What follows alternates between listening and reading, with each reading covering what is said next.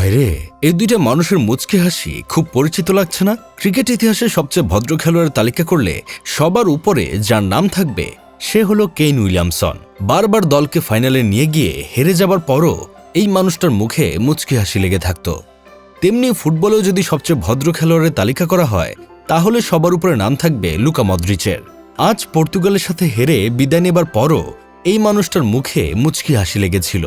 পুরুষ মানুষের মুচকি হাসির পেছনে কতটা যে কষ্ট, কতটা যন্ত্রণা লুকিয়ে থাকে সেটা হয়তো পৃথিবীর কোনো নারী বুঝবে না।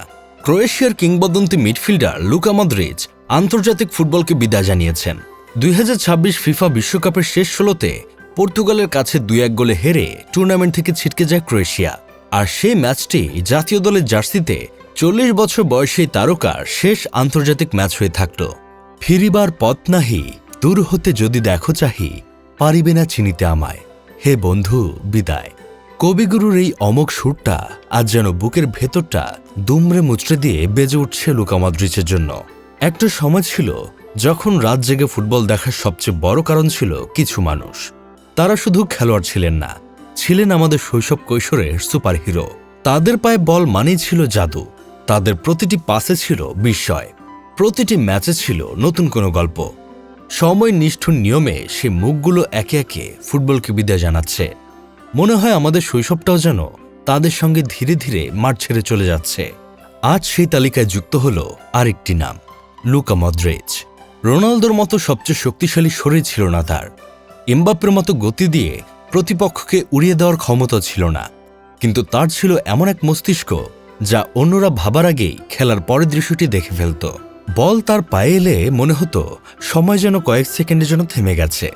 চারপাশের বিশৃঙ্খলার মাঝেও তিনি খুঁজে নিতেন সবচেয়ে নিখুঁত পথটি। তার প্রতিটি পাস ছিল শিল্পীর তুলির আঁচড়, প্রতিটি স্পর্শ ছিল এক টুকরো কবিতা। যুদ্ধ বিধ্বস্ত শৈশব পেরিয়ে উঠে আসা এক কিশোর একদিন পুরো পৃথিবীকে শিখিয়েছিল স্বপ্নের কোনো আকার হয় না। ক্রোয়েশিয়ার মতো ছোট্ট একটি দেশকে কাঁধে তুলে বিশ্বকাপের ফাইনালে পৌঁছে দেওয়া, পুরো টুর্নামেন্ট জুড়ে অসম্ভবকে সম্ভব করে 2018 সালের গোল্ডেন বল জয়, এসব কেবল পরিসংখ্যান নয়, এগুলো এক অবিনশ্বর কিংবদন্তির গল্প। তিনি প্রমাণ করেছিলেন ফুটবল শুধু শক্তির খেলা নয়, এটি বুদ্ধি, ধৈর্য, সাহস আর সৌন্দর্যেরও খেলা। রিয়াল মাদ্রিদের সাদা জার্সিতে তার অসংখ্য জাদুকরী রাত আজও চোখের সামনে ভাসে।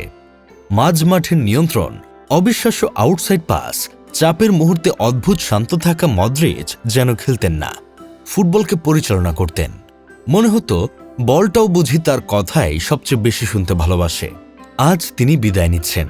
হয়তো আগামী মৌসুমেও ফুটবল চলবে, স্টেডিয়াম গর্জে উঠবে, নতুন নতুন তারকার জন্ম হবে, কিন্তু আমাদের প্রজন্ম জানে কিছু শূন্যতা কখনো পূরণ হয় না।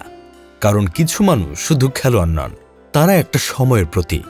তারা আমাদের বেড়ে ওঠার স্মৃতি, অসংখ্য নির্ঘুম রাতের সঙ্গী, অসংখ্য আনন্দ আর কান্নার সাক্ষী। শৈশবে যাদের খেলা দেখে ফুটবলের প্রেমে পড়েছিলাম তারা আজ একে একে বিদায় বলছে। আজ হয়তো লুকা মদ্রিচ বিদায় নিয়েছে, কয়েকদিন পর হয়তো রোনালদো, মেসি, নেইমার তারাও বিদায় নিবে। ভাবতেও কষ্ট হচ্ছে এই মানুষগুলো ছাড়া একদিন ফুটবল দেখতে হবে।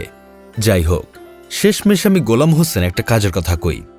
আপনি চলে যাচ্ছেন, কিন্তু মাঝ মাঠে আপনার রেখে যাওয়া শিল্প, আপনার নিবেদন, আপনার নেতৃত্ব আর আপনার সৌন্দর্যময় ফুটবল কোনোদিন বিদায় নেবে না। যতদিন ফুটবল থাকবে ততদিন লুকা মদ্রিচ নামটি উচ্চারিত হবে গভীর শ্রদ্ধায়, অশেষ ভালোবাসায়। হে কিংবদন্তি, বিদায়।